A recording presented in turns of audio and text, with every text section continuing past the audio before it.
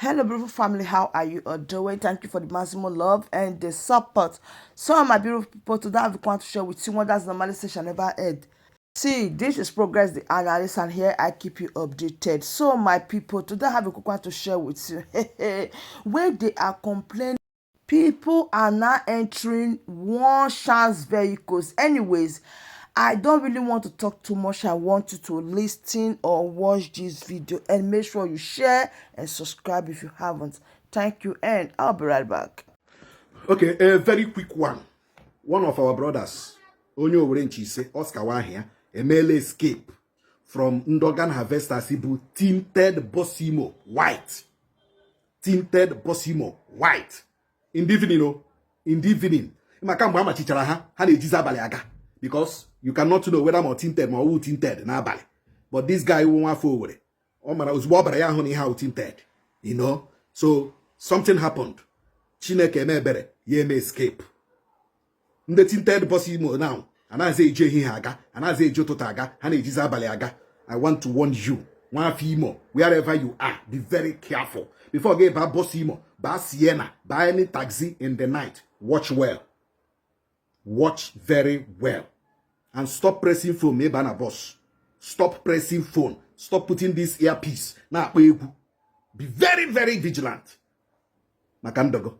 Now, let me play you this voice note so that you got a because for some people will not understand. When I thank God, whatever strategy hajibia, we will expose it. Listen very attentively.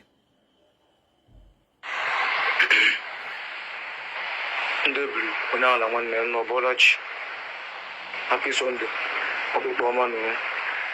Watch time I know Mama Kemawan. Monday no your Monday Nama. Watch time I know because information on my past all very, very important. All very important. And I appreciate very vigilant. And I appreciate careful. Movement, the night movement, Omega now. And I appreciate careful. Because no job on our low. No job on our low. We wouldn't kiss it.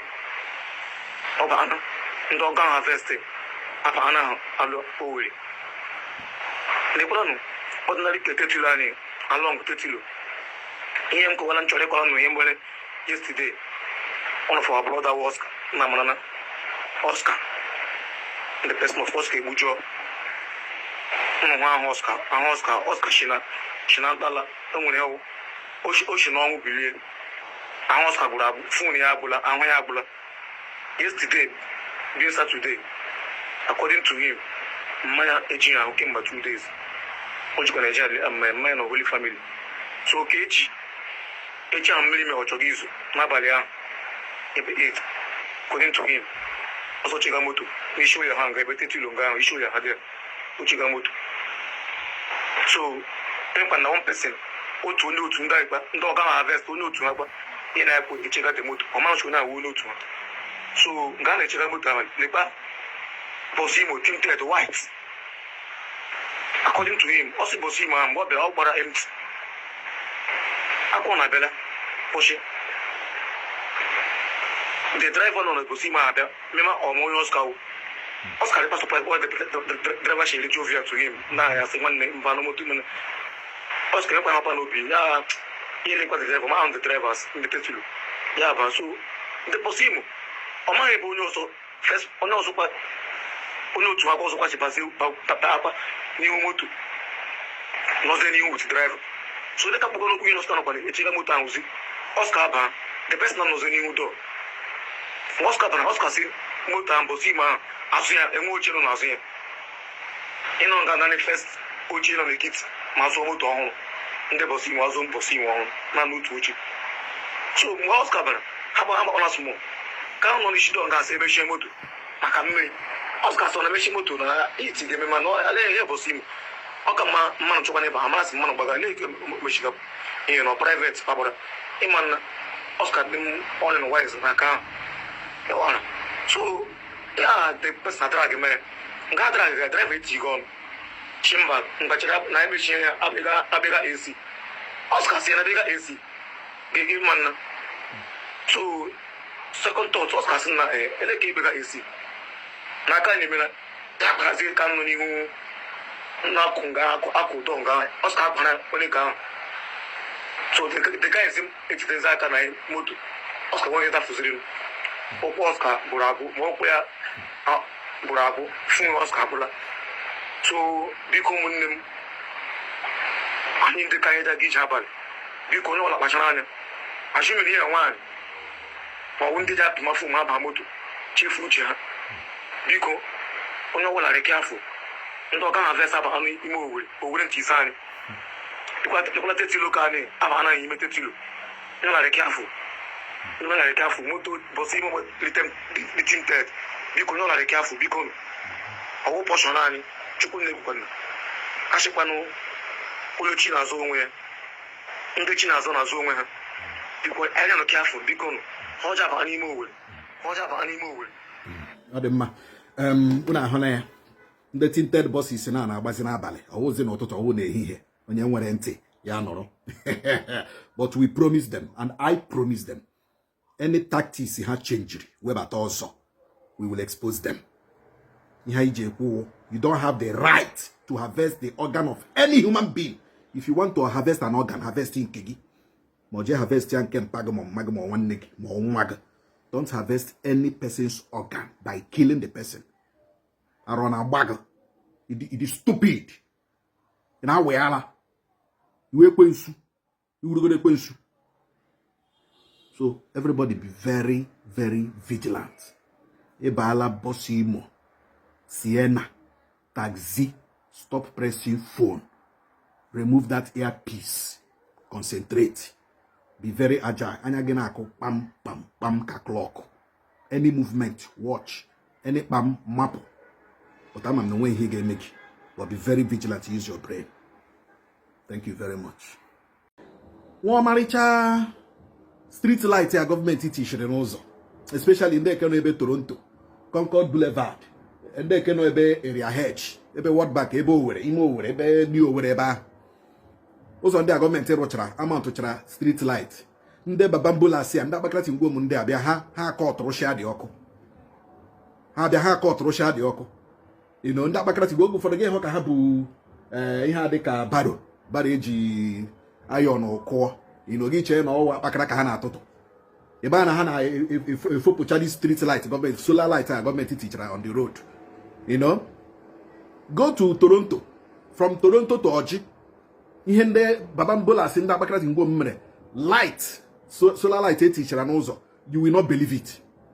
You will not believe it.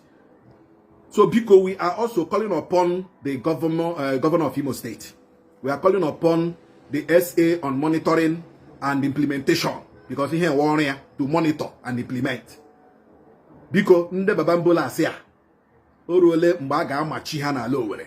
Yes, oruole mgbe a ga-ban ha. It is not just that they are criminals. Not just that they are criminals. They are also responsible for Ipakashi shop in them madu. Ibrushingongo in them madu. Go to Douglas in Papanapa. Go to Weather and Papanapa. Go to Relief in Papanapa. Getacha who stock wire shop. In the name of Babambula. In the name of Apakachingom. Ha Bakara shop okay. Koka your iron doors and whatever you want. They ha bakaya, banga, brushangogo and gongo. Give them a television, then a laptop, then a phone. Now Wedra and the Douglas are tali home. Some people are making less for Kwapo, pushes in a because of Funde Babambola Senda. So we are calling upon the government of Imo State and the SA on monitoring and implementation. Because these are the next people we are going to tackle. We are still tackling in the organ harvesters or Gube. In the next video, I will play you a voice note of somebody made escape in Atetulo. So, but for now, because the government of Imo State look into Ndapakrat Ngom, we are not just angry that we have public utilities. Na la vishie. Public utilities. Na la ni. Public utilities. Ne mi otoshiri soha. At the end of the day, government will spend another money to replace Ihende Tibreleti. Na onye kwenu. Na onye. So we are calling upon the government of Imo State and of course the SA on monitoring and implementation to look into the babambola senda. Nda bakrati mbomo nda. Bikono. Look into these people.